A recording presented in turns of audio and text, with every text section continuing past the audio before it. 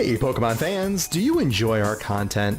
If so, consider contributing to our Patreon. As little as $3 to $5 a month goes a long way, and it helps us to create content for years to come. While you're here, want to know the best place to purchase all your TCG needs? Sunshine Games has everything you need at unbeatable prices. Their location in Tampa, Florida is also the friendliest place to go to shop, play, and relax. Check out sunshinegamesonline.com or come by the shop. We'll see you tomorrow. What's up, guys? And here, and welcome back for another deck profile. Though as you can see, this is not a Pokemon deck profile, rather a Yu-Gi-Oh deck profile of one of the most popular Yu-Gi-Oh decks right now, and debatably of all time, Sky Strikers. Now, a couple things I want to say about this before I get into it. First off, I both love and freaking hate this deck. Like, I like the deck and what it does, but I hate playing it. But it does good, and it's simple to figure out, so that's one reason why I play. I mean, you can get very intricate with Sky Strikers, but you can also play very simply. Second thing I want to say here is that I am not running the Destiny Hero Phoenix Enforcer package in here for no reason other than the fact that I don't. But there's definitely cards in here you can mix and match around to put that package in here. It's a very good package. Like I said, So, let's go ahead and start with the deck that is somehow getting a manga before Dark Magician and Blue Eyes White Dragon. That is right for you Pokemon people that did not know that. This is literally getting a manga before those two are. It's insane. Alrighty. So, we're going to go ahead and start off here with three of the main card here. Sky Striker Ace Ray. Main part of the deck, and also has a lot of neat effects with it. Quick effect is that you tribute it and special summon a Sky Striker Ace monster from the extra deck to the extra monster zone. And you only do that once per turn. And when a face-up card is in the grave... Ugh. Oh my goodness. I'm so sorry. What I meant to say was, if you have a monster that is destroyed or leaves the field, you get to special summon this from the graveyard. I don't know where my tongue is at. I am so sorry. And next up here is the counterpart Sky Striker Ace Rose. This is really just to have another Sky Striker to link away into. It does have effects, but they don't come up that often. What the effects are is that if a Sky Striker Ace is normal special summon except for Rose, and except during the damage step, you get special summon this from the hand. And if an opponent's monster in the extra monster zone is destroyed by battle or leaves the field due to one of your card effects while this is in the graveyard, you can special summon this card, and then you can negate the effects of one face-up monster your opponent controls. I actually didn't even know that part, because like I said, this doesn't come up that much. Matter of fact, I see some people run two of this. I see some people run none of this. But for now, I would like to have more ways to get out of this guy. We are running one copy of Dino Wrestler Pankratops here. Now, this is a card you don't really see too much anymore, but I think it works pretty well in Sky Strikers, because going second, if your opponent has more cards than you do, you get to go ahead and special summon this. And then it's the quick effect too. You get to tribute one Dino Wrestler, just tribute this, and then target one card your opponent controls, destroy it. As I said, it's a quick effect too, so nice little bit of spot removal. And the last of the monster slash hand trap, I am going to be running 3 copies of Ash Blossom Joy Spring, a very powerful hand trap to have right now in this game. And even though it's not a monster by any means, but we're talking about hand traps, so I figure I might as well show the 3 copies of Permanence. Again, very, very powerful cards. You can honestly take out some stuff here to add more hand traps if you like. Sky Strikers is definitely a deck to where you can build quite a few. This allows you to target a monster and negate its effects for the turn, and you can play it from the hand if you have no cards. But if you decide to set this card and then activate it, any effects that activate in this card's column are negated. And Ash Blossom just stops your opponent from searching, special summoning from deck. Lots of neat stuff there. That does it for the monster lineup. Not too many monsters. Especially, like I said, without the DPE package, the deck doesn't really have a lot of monsters to work with. And let's go into our spell cards here. We are going to be running one copy of Engage. Even at 1, this is still like a super consistent card that you're always going to see. You control no monsters in the main monster zone, and for those of you who don't know, that's the main theme of all Sky Striker cards. You get to add a Sky Striker card from your deck to your hand, except engage. And then if you have 3 or more spells in your graveyard, you get to draw a card afterwards. So it's almost like a pot of greed. But with Sky Strikers, you can keep recycling this. Yeah, this... For those of you who don't know, this was like a $100 card when it first came out, and you absolutely needed 3 of them. Speaking of cards to have 3 of, we have 3 copies here of our Widow Anchor. Again, same thing if you control no monsters. For those of you Yu-Gi-Oh! Veterans that are getting already annoyed with me saying that, I'm sorry, but we are a Pokemon channel first. So, a lot of people here do not know this stuff. So, again, if you control no monster main monster zone, you target one face-up effect monster on the field, negate that monster's effects at the end of the turn. And if you have 3 or more spell cards in your graveyard, you get to take that monster if you wish. You don't have to, but it's something you can do. We got 2 copies of Shark Cannon. What Shark Cannon does, same stipulation. You target one monster in your opponent's graveyard, banish it, or, once again, 3 or more spells, you special summon it to your side of the field instead, but it cannot attack. Which, that's fine, you're typically just going to take it from Link Material anyways. So, no big worry there. Also, if you're faced off against a DPE, feel free to just take that thing, or just banish it, get it out of the way. We are going to be running 1 copy of Multi-Roll. Now, Multi-Roll is another one here that just like Sky Striker, Mobilize, Engage for you Pokemon guys. These are both limited at 1, so that's why I'm only playing. So, once per turn, you target one other card you control, send it to the graveyard, and for the rest of that turn, your opponent cannot activate cards or effects in response to your spell activation, even if this leaves the field.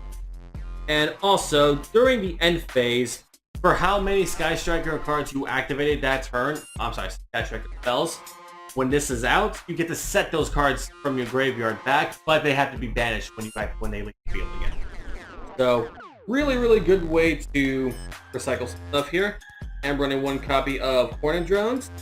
You activate this, and it brings out a Sky Striker token, which lets you link off into that for a Sky Striker. We do have 2 copies of Eagle Booster here. I personally really like Eagle Booster. Some people play 1 in this. This is another one that, like, sometimes I don't see anyone playing at all. But to me, it's really good. So, you target a monster in the extra monster zone, and it's unaffected by any other card effects for the rest of the turn. And if you have 3 or more spells, then it just becomes unable to be destroyed by battle either. So, basically it makes your extra monster in that zone completely unremovable whatsoever. I think there's technically only one way they can remove it. But yeah, I think technically only match can still remove it, but other than that, nothing else can remove it. Alright. We have 1 copy of Afterburners and 1 copy of the Jamming Waves. Personally, you could go ahead and side deck these cards. Like, last time I played with this, last few times I've been playing, like, this one, I would say more keeping the main deck than this. But they're still pretty good. This one lets you target a monster and destroy it. And if there's 3 or more spells in the graveyard, then you get to destroy a spell trap. Well, this one lets you target a set spell trap. Yeah, this one has to be set specifically to destroy them. And then if you have 3 more spells, you can go ahead and destroy a monster on the field. And to wrap it up. Wow, yeah, we still have a lot more spells here. Let me go ahead and try to make more room. Next up here, we do have our 2 copies of Sky Striker Airspace Area 0. Target one other card you control, excavate the top 3 cards of your deck. You can add 1 excavated Sky Striker card from your deck to your hand, and you shuffle the rest into the deck. And then, if you excavated a Sky Striker card in this fashion, you send that card to the graveyard. If this card right here is sent to graveyard by a card effect, you get the special summon a Sky Striker Ace monster from the deck. So really, really cool here. This is kind of like, I wouldn't say this is exactly your bread and butter, but it does help you a lot. And I know a lot of Yu-Gi-Oh! Players are gonna hate me for this. Yes, I am running 1 copy of Mystic Mine in here. I'm sorry, okay? I'm sorry. We all have our guilty pleasures, alright? So, Mystic Mine, I need to explain nothing to Yu-Gi-Oh! Players, but to you Pokemon guys, that might be interesting games of Yu-Gi-Oh! What this does here is that if your opponent controls more monsters than you do, your opponent cannot activate monster effects or declare an attack. And vice versa if you control more monsters than your opponent. So it's a little bit of a double-edged sword, but for Sky Strikers, it practically never comes. And once returned during the end phase and both players control the same amount of monsters, you destroy this card. So, yeah, this has been like a toxic thing in the game for a long time. That's why I'm saying all the Yu-Gi-Oh players, they're already cringing at me for this. But it's not really that prevalent anymore. And of course, we do have the one terraforming to go with all these here. Search your field spell. Don't say more. And I'm going to be running 3 Foolish Burial Goods. This lets you send a spell or trap card from your deck to the graveyard. Perfect in Sky Strikers because we get more powerful with 3 spells in our graveyard. So we want to fulfill that condition as soon as possible. And then we also have 1 copy of Rhoda.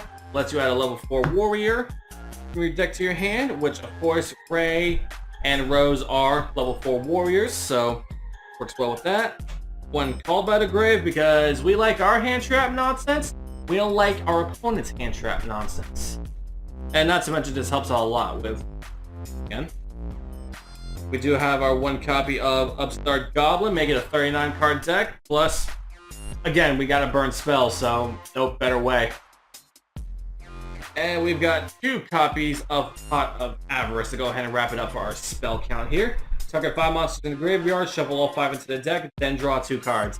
Thing to note for here for Yu-Gi-Oh! That's kind of like not the same for all other Pokemon games, is that with cards like this, it has to be at least 5. I understand there's other card games where it's either that amount or as much as you can. No, for this, it has to be 5. So, cannot be less than 5. And that does it for the spell count up. I already showed you 3 of the traps I have. It wasn't infinite impermanence. So other than that, we're just running 2 copies of Solemn Strike. This could be Judgment as well. Really doesn't matter, it's more preference.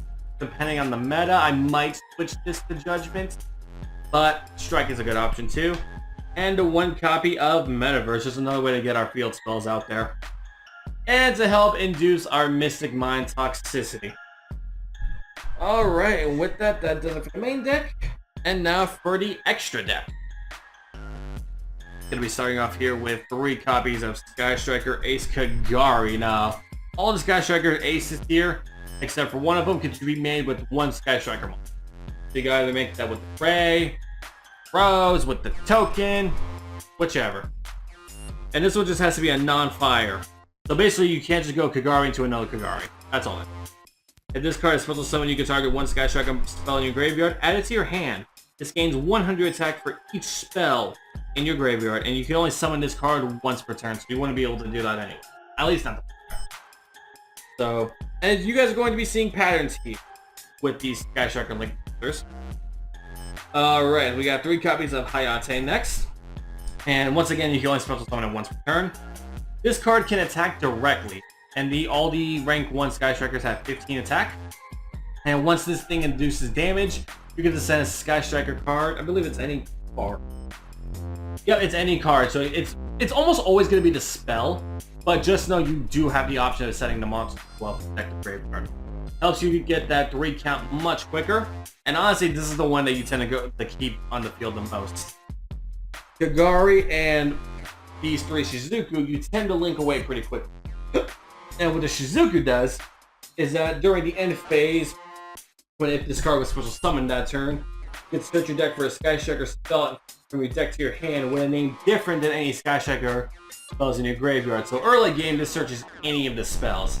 Later game, you gotta be a little bit more careful. But he does have the nice continuous effect to where your opponent's monsters lose 100 attack for each spell in the graveyard, which isn't really gonna come up to like late game.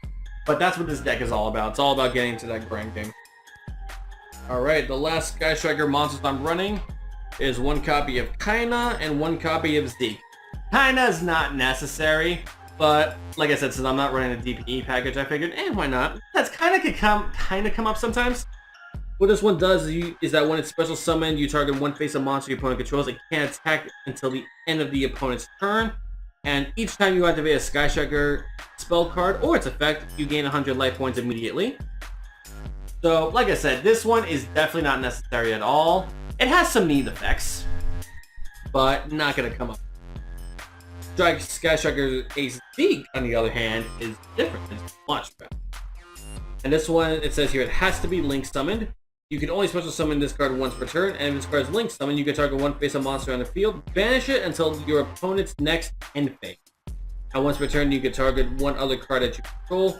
It gains 1,000 attack, and then you send a targeted card to the graveyard. So it's just any card you control, so it can be like a spell, trap, whatever, and we have plenty of spells in here that do things once they're sent to the graveyard, so this works really, really well with that.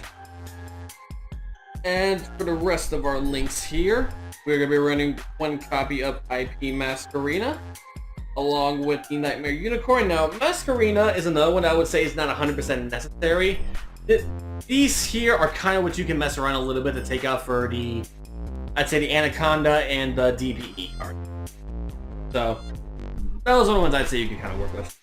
So during the opponent's main phase, you can immediately, after this effect resolves, link summon one link monster using materials you control, including this card. So it allows you to link someone during your opponent's turn, and you're typically going to be making the Nightmare Unicorn. Now what this does is that when it's linked someone, you discard a card, and you get to shuffle one of your opponent's cards back to their deck. So really, really nice there. And we are running one copy of Dark the Dark Charmer. Dark is everywhere, especially by the time this goes up. Branded's probably going to be already out, so really, really nice to take advantage there. And one copy of Access Code Talker. Helps you go for game in this deck, because like I said, everything here is kind of small, so you really need that access. Excuse me. If you can't afford the Access Code Talker, because it is a little bit of a pricey card, I would say something like Borlow Dragon would be your next best bet for now. But, I don't know. It's really hard to think of like a decent replacement for Access Code, because Access Code is just really, really good. And with that, that is going to conclude the Sky Striker deck profile. For any of you regular Yu-Gi-Oh players that decided to stick around to the end, thank you so much. Again, I know this is not a typical deck for like Yu-Gi-Oh community. I mean, a typical deck profile for the Yu-Gi-Oh community, but it's a way of helping our Pokemon friends here learn a little bit about it. And not to mention, if you guys like what you saw here, this deck is getting even more crazy support in the, I want to say near future. We're getting at least 2 cards. No, wait, we're getting 3. We're getting 3 new cards. At the moment, I'm not fully sure when they're coming out, but 2 of them, I believe, are coming out relatively soon in the next couple months, I think. So yeah, anyways, thank you all so much for sticking around. Hopefully you guys enjoyed the deck profile, and when we get it, I mean, like I said, definitely get the manga. I'm very curious to see what they're going to do with a manga of the Sky Striker, so that's going to be very interesting. With that, I hope you all have a fantastic rest of your day. Drink water like I clearly need to, because that's like twice in the video I was coughing. And stretch, and just take care of yourself and give yourself breaks. So with that, have a fantastic day, and I'll see you guys next time.